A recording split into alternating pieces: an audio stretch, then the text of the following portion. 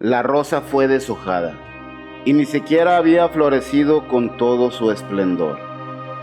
No le permitieron mostrar su belleza y su enigmático color. Ella quería mostrarle al mundo su forma y sus pétalos hermosos. El impaciente jardinero no quiso esperar más. Le dejó solo sus espinas y sus sueños rotos. Una madre desesperada acude al Departamento de Investigaciones especializada en mujeres y ha puesto una denuncia por la desaparición de su hija, quien es buscada por llevar varios días de ausencia en su casa. 2 de la tarde, en la tranquilidad de una casa habitación de la Ciudad de México, en una colonia popular, 2 mujeres son amenazadas por medio de una llamada telefónica.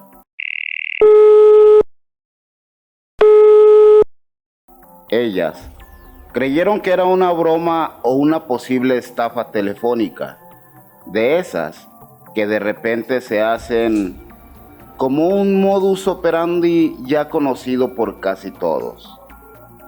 La semana transcurrió y diario, a la misma hora, siguieron recibiendo esas llamadas. Era una voz de mujer, la cual, con palabras obscenas, advertía de lo que les esperaba. Las mujeres hicieron caso omiso a dichas amenazas, y no es que no le tomaran tanta importancia, sino que no acudieron con las autoridades para informar de lo que estaba sucediendo. Quizá el haber puesto una denuncia preventiva pudiese haberles ayudado a evitar lo que lamentablemente les sucedió, querido paciente. Las mujeres solo se limitaron a tomar algunas acciones de cuidado, más que nada para la hija de nombre Marcela, como el tomar un taxi a la salida de su trabajo. Marcela, de tez morena, cara afilada, cabellera negra larga y una figura esbelta de aproximadamente 25 años de edad. Era residente de un hospital, ya que recientemente había concluido su carrera de médico cirujano. Ahí conoció al doctor Fernando de Quevedo, un tipo alto, de ojos verdes y de muy buena apariencia, codiciado por casi todo el personal femenino que trabajaba en dicho hospital, porque además de ser guapo, era jefe de cirugía. Tenía una fama de ojo alegre y que le gustaban las residentes que llegaban de nuevo ingreso, y más las que tenían aspecto hermoso. Pero tenía un defecto el doctor Quevedo: era casado. Aún así, a la mayoría de las residentes no les importaba eso, con tal de ganarse un puesto seguro en el hospital y en la cama del doctor.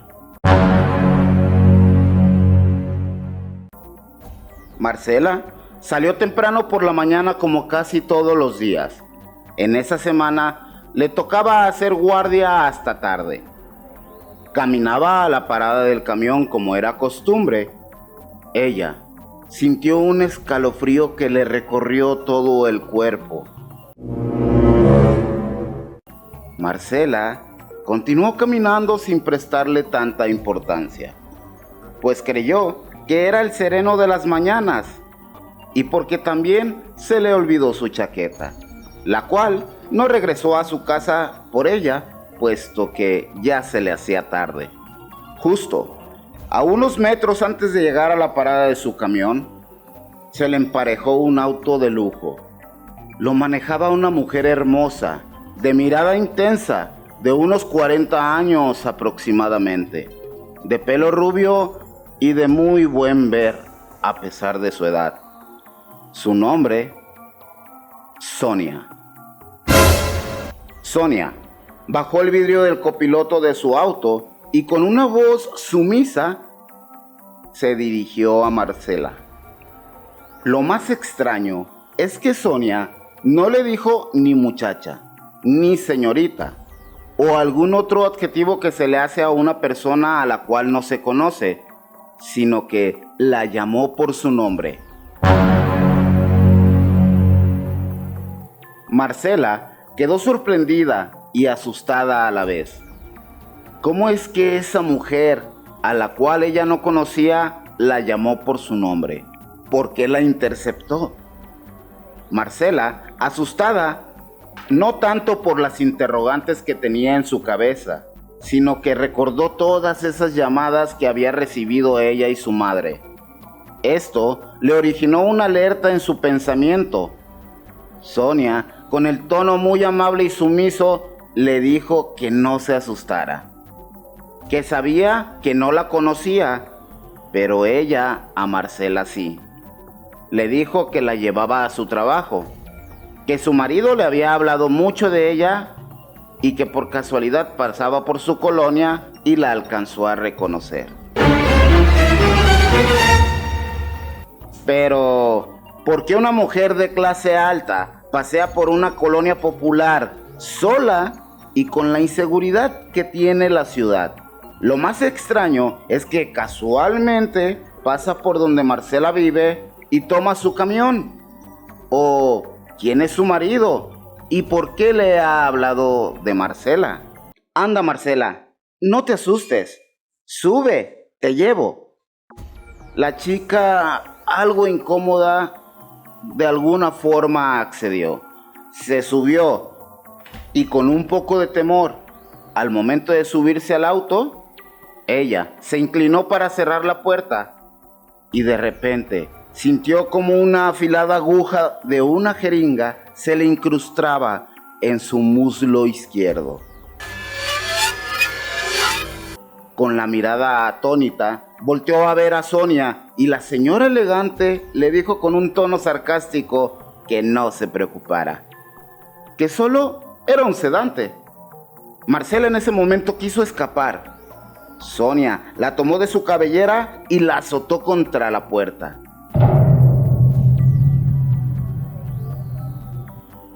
Marcela desmayó. En ese momento Sonia prendió un cigarrillo y como si aún la escuchara, le dijo: tenemos mucho de qué hablar. ¿No sabes qué tanto tenemos en común tú y yo? Por ejemplo, mi marido, el doctor Fernando de Quevedo.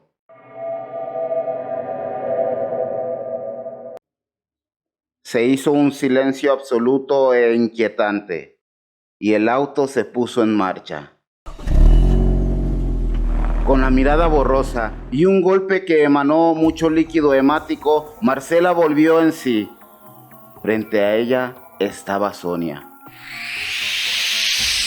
quien la reincorporó aún más aventándole agua helada a la cara. Marcela se encontraba atada a una silla de pies y manos. En ese momento comenzó a gritar y a llorar. ¿Por qué me hace esto? ¿Usted quién es? Ay, Marcelita, como siempre, una mosquita muerta. Según tú, no me conoces. ¿Ya para qué le juegas al papel de actriz barata? Si desde que te intercepté vi tu mirada de venado asustado a punto de ser casado. Ese papel no es para ti. ¿Sabes, Marcela?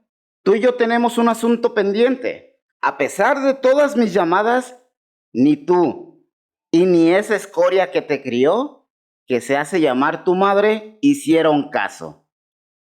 Por eso es muy grave no darle importancia a las cosas extrañas. Pero ya dime, ¿por qué, Marcela? ¿Por qué lo hiciste? ¿Hacer qué, señora? En verdad, créame que no sé de qué me habla. Me quieres quitar a mi marido y mis cosas.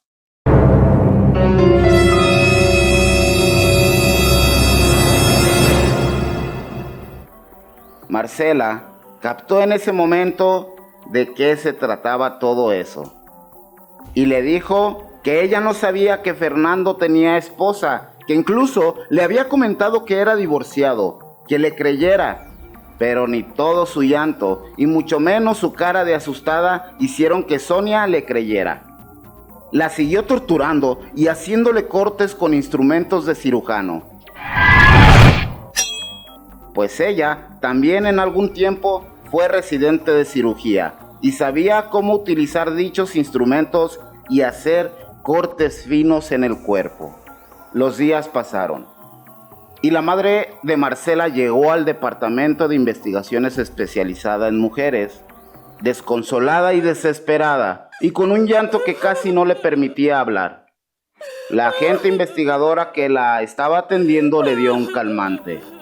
Cuando logró tranquilizarla, esta señora comenzó a platicarle a la detective desde cuándo desapareció su hija. Y también le comentó sobre las llamadas que les estuvieron haciendo. Las preguntas ahora creaban un ambiente aún más turbio, y en el aire todo tipo de cuestiones volaban. Parecía que ese sería un caso más complicado de lo que se esperaba. Pero entonces, la madre de Marcela añadió a su declaración que su hija estaba saliendo con un doctor del hospital donde ella trabajaba. «Fernando», dijo la señora. «Se llama Fernando de Quevedo el doctor y al parecer es divorciado».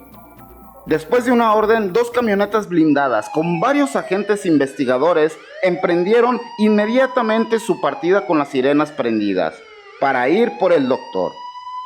Lo encontraron y lo llevaron a las instalaciones de la agencia investigadora. Con su declaración ya todo iba tomando claridad. Mientras tanto, en la casa donde estaba privada de la libertad Marcela, el asunto estaba poniéndose más intenso y sangriento. Ya con las heridas profusas que Sonia le había hecho a esa pobre chica, ella sentía desfallecer. Sonia no paraba de torturarla, pues nunca le creyó que en verdad ella no sabía que el doctor tenía esposa. En sus lapsos de demencia, Sonia recordaba cómo era víctima de su padre, de todo tipo de abusos, mientras su madre no estaba en casa. Esto la llenaba más de rencor, el cual desquitaba con Marcela. Sonia recordaba cómo era abusada en la tina de baño por ese mal padre que tenía. Por ello, las consecuencias de crecer con su desconfianza ante los hombres y alimentada aún más por lo ojo alegre que era su marido, el doctor Fernando de Quevedo. En un instante donde Sonia paró las torturas para tomar agua y cargarse de energía para seguir torturando a Marcela, recibió una llamada de su esposo.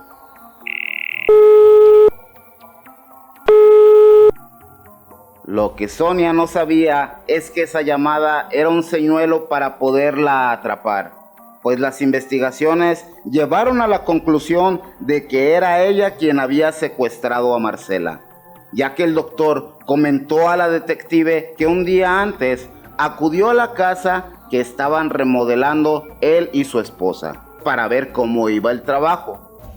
Pero había un cuarto que utilizaban como bodega donde guardaban todo tipo de cosas y herramientas. El doctor quiso entrar a dicho cuarto, pero Sonia se lo impidió de una manera un tanto extraña. Fernando no quiso insistir, pues sabía que de repente se ponía loquita su mujer.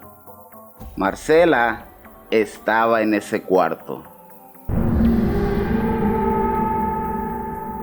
cautiva de su cazadora, con la boca encintada para que no gritara. Fernando, con la llamada, le pidió a su esposa verse en un café para así poderla sacar de la casa y rescatar a Marcela. Sonia estaba tan entusiasmada de que su marido nuevamente le hablaba tierno y con una voz amorosa, y la estaba invitando a tomar un café, como cuando eran novios. Lo que no sabía Sonia es que Marcela, de alguna manera, al transcurrir el tiempo, encontró la forma de irse zafando de las cuerdas que la obstruían de sus extremidades, al punto de que ya estaban flojas. Solo esperaba el momento oportuno para poder escapar. Marcela no sabía que había un operativo policial ya en camino para su rescate. Claro, ¿cómo lo iba a saber la pobre víctima, verdad? Mientras Sonia estaba tan distraída y entusiasmada por la llamada de su esposo, Marcela vio ahí un resquicio de libertad, el cual no iba a dejar de pasar por alto. Toda malherida se armó de valor. Primero zafó sus manos, después sus piernas. Parecía que iba a lograrlo, pero una herida que tenía en su pierna derecha, ocasionada por un bisturí, la traicionó. Cayó inmediatamente después de zafarse.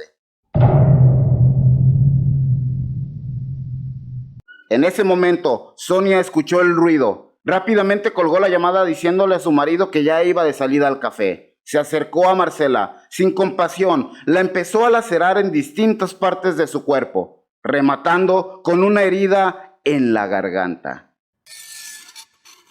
Para entonces, Marcela ya estaba muy débil y no pudo escapar de su raptora, la cual la volvió a amagar y la dejó a la deriva de su ya casi fatal desenlace. Sonia, con un instinto de animal de caza, empezó a analizar la llamada de su marido y decidió no acudir. Caso contrario, regresó con su víctima, la puso en la cajuela de su carro y la llevó a un basurero a las afueras de la ciudad. Ahí la bajó del vehículo, la tiró cual desecho maloliente y como final de su obra de teatro, derramó 2 recipientes llenos de gasolina en todo el cuerpo de Marcela, casi inerte, y le prendió fuego. Ahí sucumbió la víctima. Como si no hubiese pasado nada en absoluto, Marcela caminó a su lujoso auto, sacó una gabardina de piel, la cual prácticamente le cubría del cuello a los pies, tapando así la ropa llena de líquido hemático emanado de las heridas que le provocó a Marcela. Subió al auto y se puso en marcha de nuevo. Las camionetas de los detectives llegaron muy tarde al lugar de los hechos, pero lo inesperado es que Sonia no huyó a ningún lugar. Directamente, y como si supiera que ya la estaban buscando, acudió al departamento de investigaciones. Se plantó firme en la recepción del recinto y ante la mirada atónita de todos los agentes, poco a poco se fue despojando de su gabardina y dejó ver un color rojo escarlata que estaba impregnado en prácticamente toda su ropa. Al capturarla, fue acusada de tortura, secuestro y homicidio premeditado y puesta bajo prisión con una condena máxima de 50 años. Ahora, un doctor deprimido trabaja en su especialidad, pero camina siempre con la mirada hacia el suelo, sintiendo una culpa que lo derrumba día con día. Una madre aún llora en su sofá, desconsolada y sin poderse reponer de la gran pérdida de su pobre hija. Y una mujer prisionera, pero no tanto por los barrotes y las 4 paredes que la encierran, sino por sus pensamientos e instintos asesinos que no la dejan en paz. Ellos 3 pasan los días y las noches como si su vida ya no tuviera sentido. Esto, mi querido paciente, es lo que esta impactante historia nos deja de reflexión, que no debemos interrumpir el florecimiento de una hermosa rosa, pues si lo hacemos, en vez de tener una radiante flor, solo nos quedaremos con las espinas que se agarran firmemente de su tallo, como si su único objetivo fuese el de lastimar. Esto es una adaptación de la serie Mujeres Asesinas, al mero estilo de tu servidor, Dr. Cráneo. He cambiado parte de la historia para evitar problemas de copyright. pero trato de que las escenas de cada uno de los capítulos que he retomado esté lo más apegado posible a la secuencia de la serie. Agradezco tu paciencia y presencia, mi querido paciente. Espero te haya gustado y compartas mi contenido para llegar a más gente. Eso me ayuda de una forma impactante. Espero estés bien y recuerda, como siempre, mi querido paciente, no mires hacia atrás.